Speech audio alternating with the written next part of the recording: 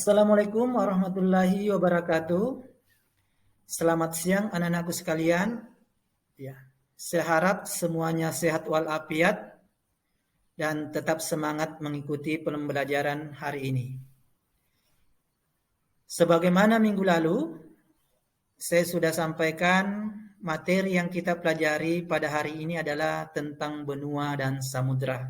Ya, ini materi yang sangat menarik karena secara langsung kita bisa tempati bahwa bumi merupakan suatu daratan yang sangat luas yang terdiri dari daratan dan samudra.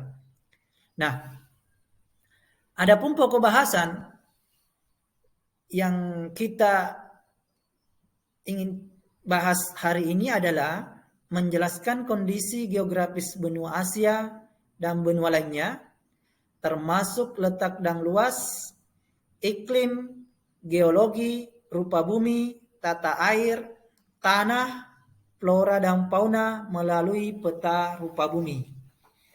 Oke, sebelum saya lanjut, ya, apakah anak-anakku bisa membedakan apa sih yang dimaksud dengan benua? Apa sih perbedaan dengan benua dengan pulau? Ya, mari kita bahas, simak sama-sama.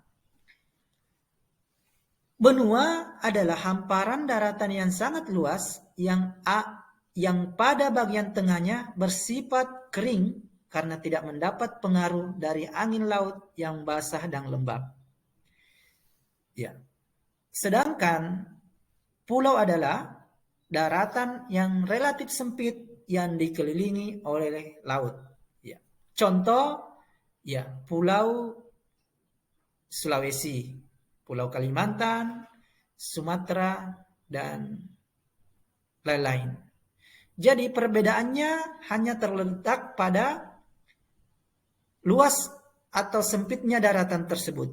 Kalau dikatakan benua adalah pasti daratan yang sangat luas, ya, yang bagian tengahnya tidak dipengaruhi oleh iklim maritim atau laut, sedangkan pulau daratan yang sempit yang dipengaruhi atau dikelilingi oleh laut sehingga dipengaruhi oleh iklim laut. Contohnya Indonesia.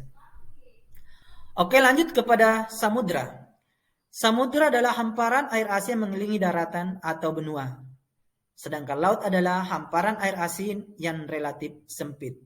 Ya.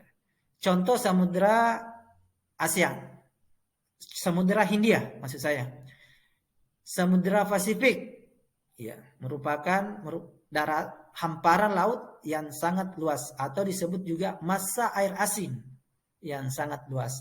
Sedangkan laut itu massa air asin yang relatif sempit. Ya.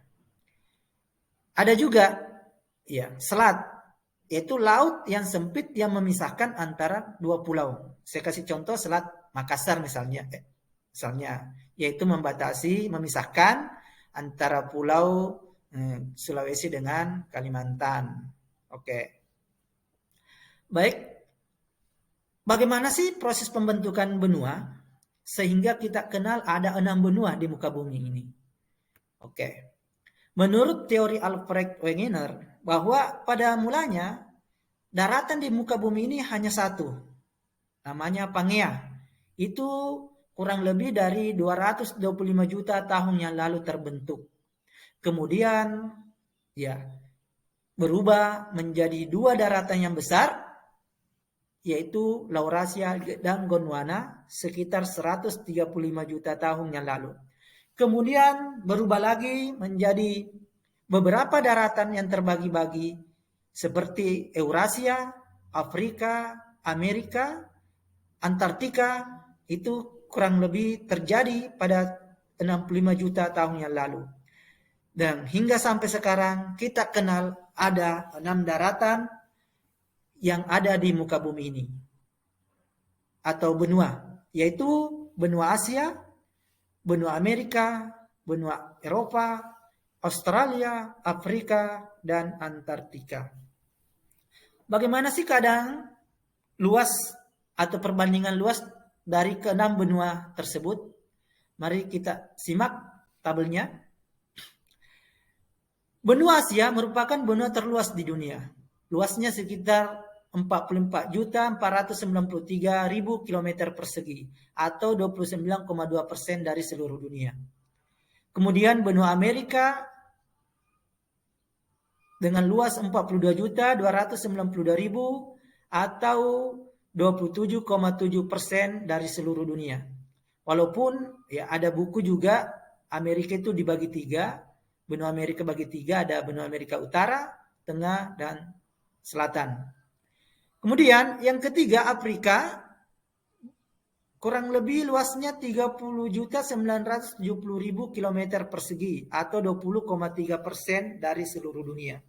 Kemudian benua Eropa dengan luas 10.245.000 km persegi atau 5,9%. Dan yang terakhir, salah satu benua yang tidak dihuni oleh manusia yaitu benua Antartika.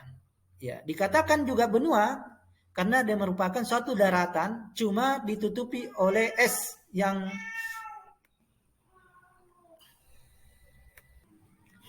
Antartika merupakan suatu benua karena merupakan suatu daratan yang sangat luas cuma tertutupi oleh es sehingga tidak ada yang bisa bertempat tinggal di sana, hanya dijadikan sebagai penelitian. Antartika letaknya di belahan bumi selatan. Oke. Nah, di sini kita bisa lihat ya perbandingan antara 6 benua, bahwa benua yang paling luas itu adalah Asia, kemudian benua yang paling kecil adalah Australia. Nah, sampai sekarang benua ini yang kelimanya ini dihuni oleh manusia. Nah, dari penjelasan ini mungkin anak-anakku ada yang kurang dimengerti, tolong ditanyakan. Oke? Saya kira kalau tidak ada, saya akhiri materi pada hari ini. Ya, saya harap semuanya tetap semangat belajar dan saya ucapkan terima kasih banyak. Wabillahi taufiq wal hidayah. Wassalamualaikum warahmatullahi wabarakatuh.